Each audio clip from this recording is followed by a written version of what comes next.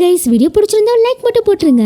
Last எபிசோட்ல hero அம்மா ஹீரோயினை பார்க்க வந்திருப்பாங்கல்ல, அப்போ இவளும் பார்த்துட்டு நீங்கள் எங்கே இங்கேன்னு கேட்க, ஆமாம் யார் இது உள்ள ஒரே சத்தமாக இருக்கு, இல்லை எங்கள் அப்பா தான், அவருக்கு கொஞ்சம் உடம்பு சரியில்லை, நம்ம வேணா வேறு இடத்துல போய் பேசலாமான்னு கேட்க, இல்லை பரவாயில்லம்மா நான் அவ்வளோ டைம்லாம் எடுத்துக்க மாட்டேன், சும்மா உன்னை பார்த்து பேசலான்னு தான் வந்தேன், சொல்லுங்க மிஸ் மீஜுன்னு கேட்க, இவங்களுக்கு தான் பையன் லவ் பண்ணுற பொண்ணு இப்படி கூப்பிடுறது ஒரு மாதிரி தானே இருக்கும், இவங்களும் பட்டுன்னு அப்படி கூப்பிடாதம்மா எனக்கு பிடிக்கலன்னு சொல்லிடுறாங்க.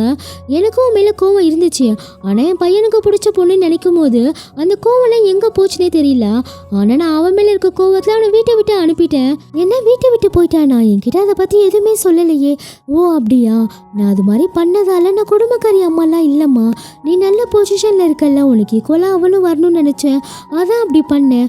அவன் என்ன சாப்பிட்றான் எங்கே தூங்குறான்னு எதுவுமே எனக்கு தெரியாது, ஆனால் அவன் ரொம்ப கஷ்டப்படுறான் மட்டும் எனக்கு தெரியும். அதை நினைக்கும் போது தான் ரொம்ப கஷ்டமாக இருக்குன்னு சொல்ல, நானும் ஸ்டார்டிங்கில் அது இங்கே வந்து முடியும்னு சத்தியமாக நினைக்கல. ஆனால் அவன் என்ன லவ் பண்ணது, நான் டிவோர்ஸ் பண்ணது, நாங்கள் மறுபடியும் லவ் பண்ணது எல்லாமே எங்களோட விதி தான் போல. அது மாதிரி எனக்கு ஷென்யாங் என் லைஃப்பில் கிடைச்ச வெளிச்சோன்னு சொல்ல, நீ எந்த அளவு லவ் பண்ணுறேன்னு எனக்கு நல்லா புரியுது. ஆனால் நான் எதுக்காக அவனை வெளியே போக சொன்னேன்னா, அவன் எல்லாத்தையும் சமாளித்து வரணும்ல. எனக்கு தெரியும் அவன் சின்ன பையன்தான், உனக்கு இருக்கிற எக்ஸ்பீரியன்ஸ் அவனுக்கு இல்லை, அதான் அவன் ஹர்ட் ஆகக்கூடாதுன்னு நினைக்கிறேன். ஒரு அம்மாவை அதெல்லாம் யோசிச்சாகணும் இல்லையா. எனக்கு புரியுது நீங்கள் என்ன சொல்ல வரீங்கன்னு. என்னால் எப்போவுமே உங்கள் பையன் ஹர்ட் ஆக மாட்டான், நாங்கள் லவ் பண்ணுறோம் தான், ஆனால் இது சக்ஸஸ் ஆகுமா கூட எங்களுக்கு தெரியல, நீங்கள் ப்ளீஸ் ஒரி பண்ணிக்காதீங்கன்னு சொல்ல, எனக்கு புரியுதுமா, நீங்கள் ரெண்டு பேரும் ஹாப்பியாக இருந்தாலே எனக்கு சந்தோஷம்தான், உங்கள் அப்பாவை பார்த்துக்க நான் வேணா அவனை வர சொல்லவான்னு கேட்க, இல்லைம்மா பரவாயில்ல நானே பார்த்துக்கிறேன்னு சொல்கிறான்.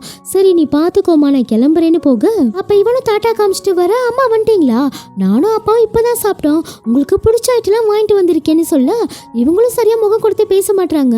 அம்மா அது மாதிரி ஃப்ரிட்ஜில் பழைய ஐட்டமாக வச்சுருக்கீங்க, அது எல்லாத்தையும் நான் தூக்கி போட்டுட்டேன். ஏ மீஜு நான் என்ன பேசிட்டே இருக்கேன், என்ன எதுவுமே பேச மாட்டேற.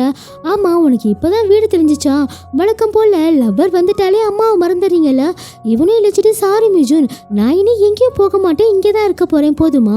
அப்போ இவங்களும் உனக்கு டைம் இருந்தால் ஹீரோனி வீட்டுக்கு போய் அவளை பாருன்னு சொல்ல, இவனுக்கு அள்ளு விட்டுருச்சு.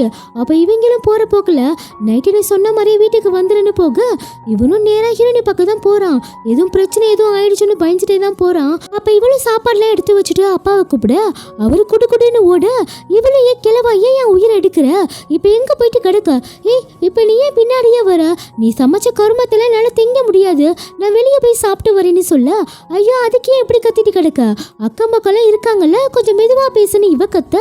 அப்போ இவனும் வந்து இங்கே என்ன நடக்குதுன்னு பார்க்க, உங்களை ஹாஸ்பிட்டலில் ஆயில் ஃபுட்லாம் எதுவும் சாப்பிடக்கூடாதுன்னு சொல்லியிருக்காங்கல்ல, நான் சமைச்சதான் நீங்கள் சாப்பிடணும்னு கத்துறான்.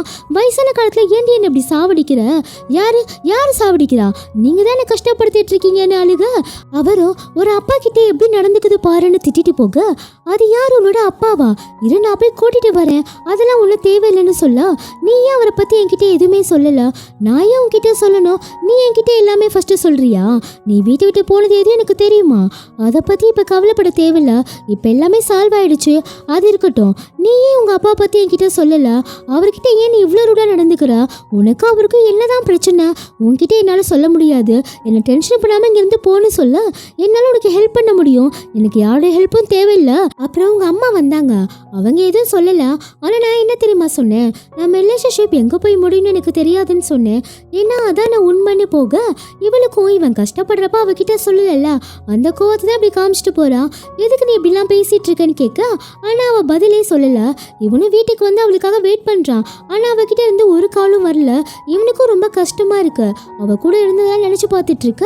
அப்போ அவங்க அப்பாவும் வந்து, டே என்னடா வெளியே போகாமல் இங்கே கிடக்க, ஏன் என்னாச்சு, உனக்கும் ஆளுக்கும் எதுவும் பிரச்சனையா, பிரச்சனை இல்லாமல் லவ்வே இல்லைப்பா, உங்கள் அம்மாக்கும் எனக்கும் வராத சண்டையா, நீங்கள் ரெண்டு பேரும் ஒருத்தர் புரிஞ்சுக்கிறதுக்கே ஒரு சண்டை வேணும், அதுவும் ஒரு லவ் தானே. ஒரே சின்ன விஷயம், நேற்று உங்கள் அம்மா உன்கிட்ட பேசும்போது உன் கண்ணை பார்த்து பேசினாலா, இல்லை எங்கே அவனை பார்த்துட்டு அவன் கோவம்லாம் போயிடும்னு பயம் அவளுக்கு, இதுவும் லவ் தானே.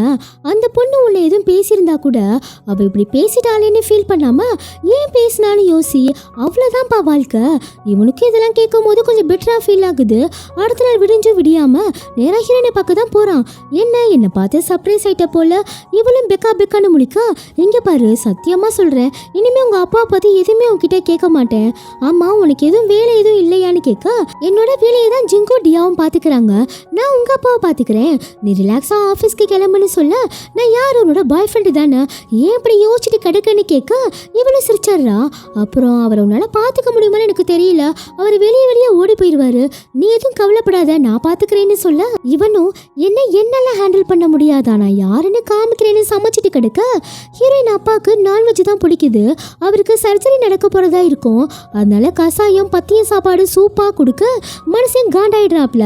இவரும் பார்த்துட்டு நீ என்ன புது பாய் ஃப்ரெண்டா, இந்த வெந்து நொந்து போன சாப்பாடு சமைக்க இவ்வளவு பில்டப்பா, என் பொண்ணுகிட்ட சொல்லாத, நான் வெளியே போறேன், என்னை ஃபாலோ பண்ணக்கூடாதுன்னு போக இவனு பின்னாடியே போய் கை காலை நெளிஞ்சிட்டு கிடக்க, எல்லாம் எடுத்தவனே உனக்கு என்ன தானே பிரச்சனை, ஏன் இப்படி பின்னாடியே வந்துட்டு கிடக்க, நான் எங்கேயும் போய் தொலைல போதுமான உள்ள போக, அப்ப நம்ம செல்ல குட்டி எப்பவும் போல சூப்பரா சமைக்க, என்ன என்னைக்கே இல்லாம இன்னைக்கு வாசம் நல்லா இருக்குன்னு பார்க்க, ஆஹா எவ்வளவு சுவையா இருக்கு எவ்வளவு மனமா இருக்குன்னு இவனே சாப்பிட்டு கிடக்க, யார் வீட்டுல யாரா சாப்பிட்றதுன்னு இவரும் நல்ல வேலை முட்டையாவது கண்ணில் காமிச்சிங்களேன்னு தின்னுட்டு கிடக்க, அப்படியே நைட்டும் ஆகுது. இவனும் அவருக்காக சிக்கன் மட்டெல்லாம் பொரிச்சு வச்சுட்டு யார் வேணாலும் சாப்பிடலாம்ப்பா, சாப்பிடலனாலும் யாரையும் கம்பல் பண்ண மாட்டோம்னு சொல்ல, ஐயோ சிக்கனான்னு இவரும் ஜொல்லு வடிஞ்சிட்டு வர, இது அல்லவா சாப்பாடுன்னு தின்னுட்டு இருக்க, இவருக்கும் இவனை ரொம்ப பிடிச்சி போயிடுது. அப்ப ஹீரோயினி வந்து என்ன ஒரே ஆயில் ஃபுட்டா இருக்குன்னு பார்க்க, இல்ல ஒரு நாளைக்கு தானே, என்ன நான் தான் இப்ப சமைக்க சொன்னேன், என்ன இப்ப இங்க பாரு அவருக்கு ஆயில் ஃபுட்லாம் தரக்கூடாது, இனிமே இது மாதிரி பண்ணாதுன்னு போக, அடுத்த நாள் மாமனாருக்கு டேப்லெட் தருது சாப்பாடு தருது அவரை குளிப்பாட்டுறதுன்னு முழு நேரமும் ஆயா வேலை பார்த்துட்டு கிடக்க, இவரும் நல்லா மிங்கிள் ஆயிடுறாரு. ஆனா மறுபடியும் ஹீரோக்கு தெரியாம எங்கேயோ வெளியே போக பார்க்க, மனுஷன் அப்படி எங்க தாயா போக நினைக்கிறான்னு இவனும் பின்னாடியே போறான்.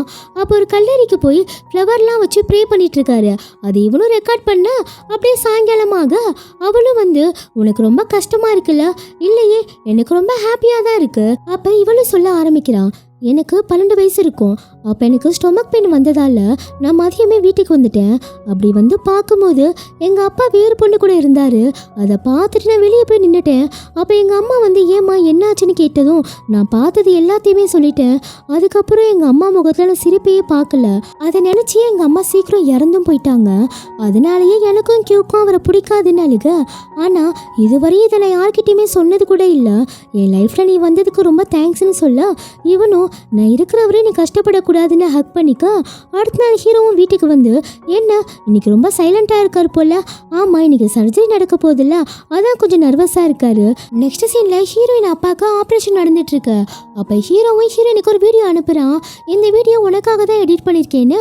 ஒரு அழகான கப்பிள்ஸோட ஹாப்பியான மொமெண்ட் எல்லாம் வருது, அப்படியே அவங்க அப்பா வீடியோவும் வருது. இந்த கல்லறைக்கு போய் ப்ரே பண்ணியிருப்பார்ல அந்த வீடியோ தான் இது, சும்மா யதார்த்தமாக எடுத்தது தான் இது, ஹீரோயினோட அம்மாவோட கல்லறை தான்.